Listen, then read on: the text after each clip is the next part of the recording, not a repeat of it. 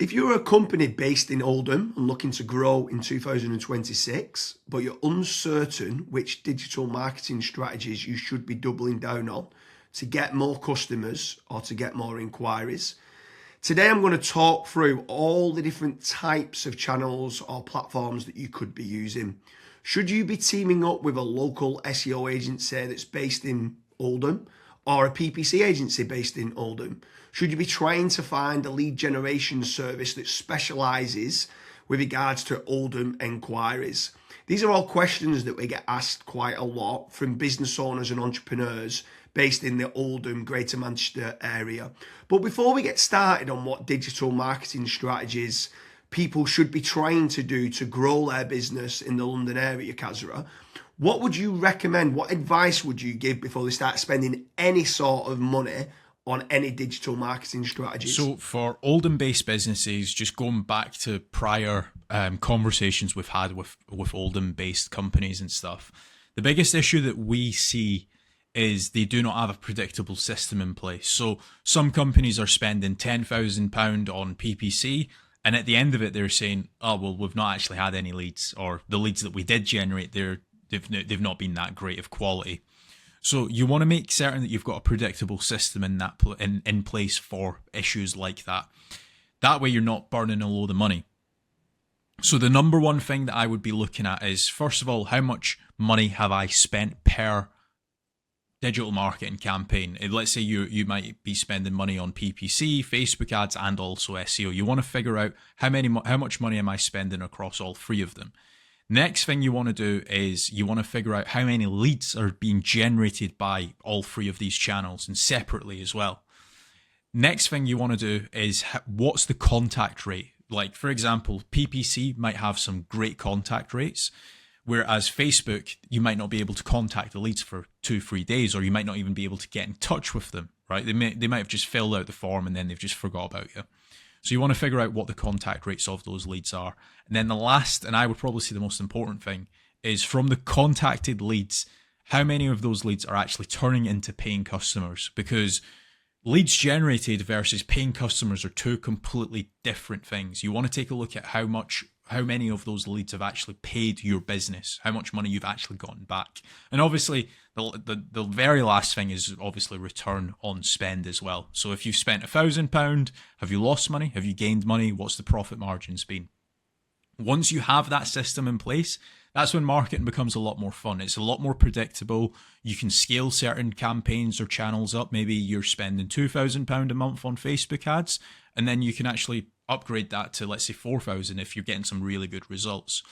So James, for Oldham-based businesses, what would you recommend for the first marketing channel that they should look at? So step number one for me has got to be branding or brand SEO, and making certain that you're looking good online, you've got a strong reputation.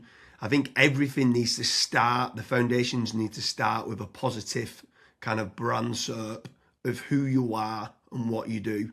So a SERP stands for Search Engine Results Page, and getting that branding right across the board then can lead on to other things of what you can be doing. It will improve your conversion rate on paid ads or social media. Any leads that you get in, the conversion rate would be good. If at the 11th hour they're going to decide who you're going to go with, branding, I think, becomes very, very important. So I'd say that's the first thing that people need to get right for all digital marketing strategies. My next strategy is going to be AI visibility. I feel like more and more companies are actually looking into this. So what does ChatGPT, Claude, Gemini, Grok, Perplexity say about your brand or about your business? Is it a positive thing or is it a negative thing? And also trying to figure out what it says about your competitors as well. And obviously trying to improve that's really important. Some people call it AI SEO, some people call it GEO, some people call it LLM optimization.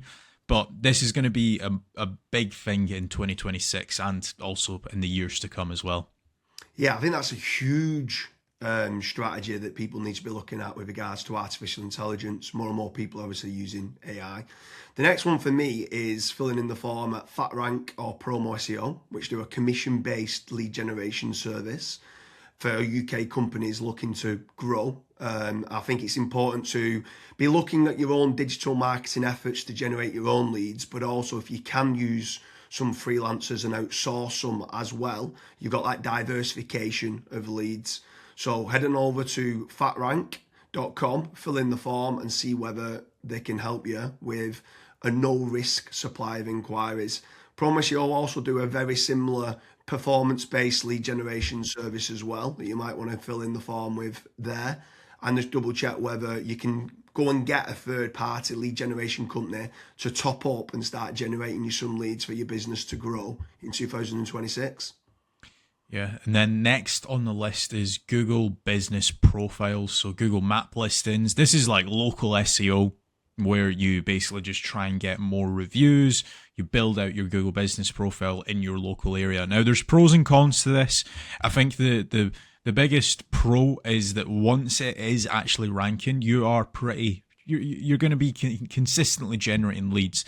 However, to get from nowhere, like let's say you do not have a Google Maps listing at all, to get it ranking to position number 1, the issue you've got with that is there might be, let's say, a 60 or 100 review deficit.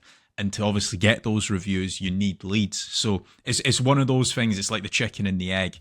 I for one just think it's good for personal branding or for branding of your company. So always try and get the Google Maps listing, but you should always know the pros and cons to it as well. Yeah, for certain. If you're in a local area, you want to try and get those local maps listing. For me, you need to be omni-channel and omnipresent. Yeah. I think the next part is SEO in general, so organic SEO. Can you be building up your website to try and get your website ranking better? If you are in local area, you might want to do your service with the area of where you cover. So like plumbing in Manchester, create a page for that. Hopefully then share that on the Google Business Profile of what you mentioned. But trying to get organic rankings, the amount of search volume that people are out there searching for different services of what you do, or it could be some blog posts that you could be doing as well. There's different strategies on there that you can be doing, but ideally you want good quality content, build up topical authority, and try and get some third-party backlinks to power up the site to get those organic SEO rankings. I think that's another big part that you need to be doing as part of your digital marketing strategies in 2026. Yeah, and then the next one, which kind of ties back to what you were saying before, James, is obviously organic social media. Now, organic social media, I think it's more of a numbers game. So try to create good content that your audience would actually view. Like I see this time and time again where I look at brands and they've just published maybe 4 or 5 posts on their Instagram profile and they've not been active for 3 years, right? That's not going to drive you sales. But if you can do how-tos, if you can do guides, maybe you can do before and afters, right? If you can do content like that, that way people will see you on socials and they will actually click to actually figure out more about you, fill in the contact form. The caveat to organic social media, yes, it's free to do. It's not like PPC, for example, but it is very much a numbers game. So you want to be consistently uploading, maybe not every day, but at least 3 or 4 times a week. Yeah, for sure. On the subject of social media, paid social ads as well is massive. I'm a massive advocate of the kind of the dollar a day strategy of what people talk about. So if you are going to be taking the time to be posting every day, like you mentioned there, for organic social media, just spending a few pounds on those posts and boosting it. So getting case studies, any awards that you've won as well for reputation, and starting boosting that. You can also be running retargeting ads. So if anyone's clicked through to your website, you can be running retargeting, which is paid social as well. Different places like Meta, so whether that's Facebook and Instagram, you've got Twitter, you've got YouTube, you can be running Pinterest, you can even run in places like Reddit as well for paid ads. And I think paid social media is still an untapped market for digital marketing strategies. Yeah.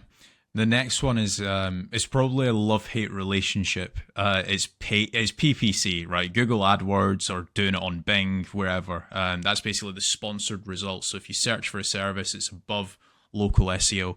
Now, I have spoken, and both myself and James, we've both spoken to so many business owners that are either they've spent 10, 15, 20,000 pound on it, and they've not had a single result, or they might have had a few leads and it's just not been of quality.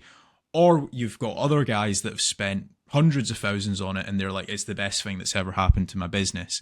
Now, the reason why people are either they absolutely love it or they absolutely hate it is probably down to how it's been set up. Like, there's so many different nuances to PPC. Like, for example, having a really proactive negative keyword list, making certain that you have a set of banned IPs. Like, for example, your competitors could be clicking on your ads and that's deemed as what's called click fraud. Making certain that you've got a high converting landing page, making certain that you KPI your sales team. So when a PPC lead comes in, that is one of the first priorities that they actually take when it comes to contacting the lead. There's all of these different nuances, and if you're not on the ball with PPC, it's probably not going to work for your business. However, if you've got a really good, well-refined sales team, you've got a really good landing page, you've got a well-kept, up-to-date negative keyword list, you are using click fraud software, at that point, it will actually probably perform well for you. But again, just know the pros and cons to PPC. Yeah, for sure. There's certainly pros and cons. There's benefits of using it to get instant leads. But like you said, the amount of people that we speak to that have burnt a lot of budget and not had the inquiries and stuff that's come through as part of the digital marketing is pretty scary. While we're on the subject of paid, obviously we spoke about paid social ads, and now you've spoke there about PPC with Google or Bing. I'm going to throw in the mix paid ads on AI platforms. It's not fully rolled out as we're doing this video, but I know that ChatGPT are looking to try and roll out ChatGPT ads. Claude, Perplexity, other kind of LLMs might start rolling it out in 2026. I think if you're one of the early adopters and innovators to get on there, I think you could be getting cheap leads or cheap contact form submissions. So it's something to look out for of doing paid AI listings and ads. I think that could be something to look out for in 2026. Next on the list, and this is a little bit out of control. You do obviously have like forums that you can get your brand mentioned in, like for example, Reddit and Quora.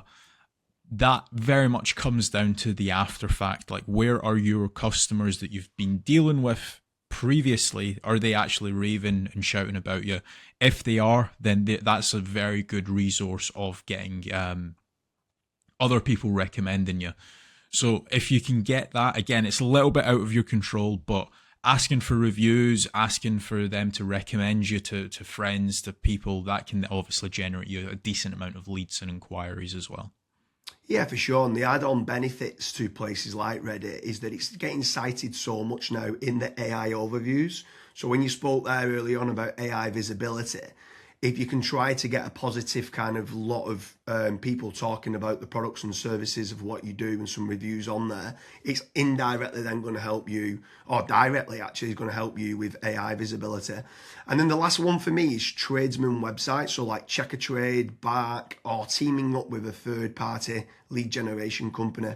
Something I would say with all of these practices, Kaz touched on earlier about making certain that you understand your KPIs and your ROAS, return on ad spend. I think it's very important for business owners that are doing any sort of digital marketing to be tracking how much time and effort's being put into, let's say, running organic social media or running paid ads.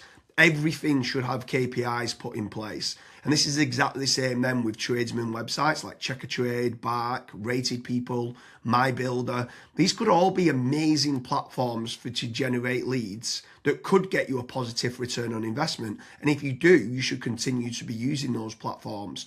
There's certain lead generation companies out there as well that could generate you quite a lot of leads. They could be using organic SEO or PPC or social media ads to generate you those leads. But if they are getting you a positive return on investment, again, I'm all for it as part of your digital marketing strategies. But I just want to repeat one more time with regards to FatRank and Promo SEO. They do lead generation and they guarantee a return on investment. It's a commission-based lead generation service or performance-based lead generation service.